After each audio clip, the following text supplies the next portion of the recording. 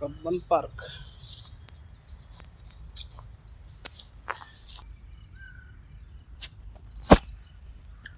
ಒಂದಾನೊಂದು ಕಾಲದಲ್ಲಿ ಕಬ್ಬನ್ ಪಾರ್ಕೇ ನಮ್ಮ ಜೀವನ. ಹಳೆಯ ನೆನಪು. ಇವತ್ತು ಒಂದು ಅಪ್ಲಿಕೇಶನಿಗೋಸ್ಕರ ಬಂದಿದ್ದೆ.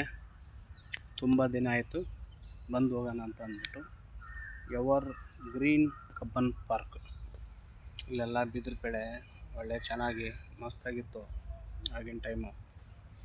ಇಲ್ಲಿ ಒಂದು ಬಾವಿ ಇದೆ.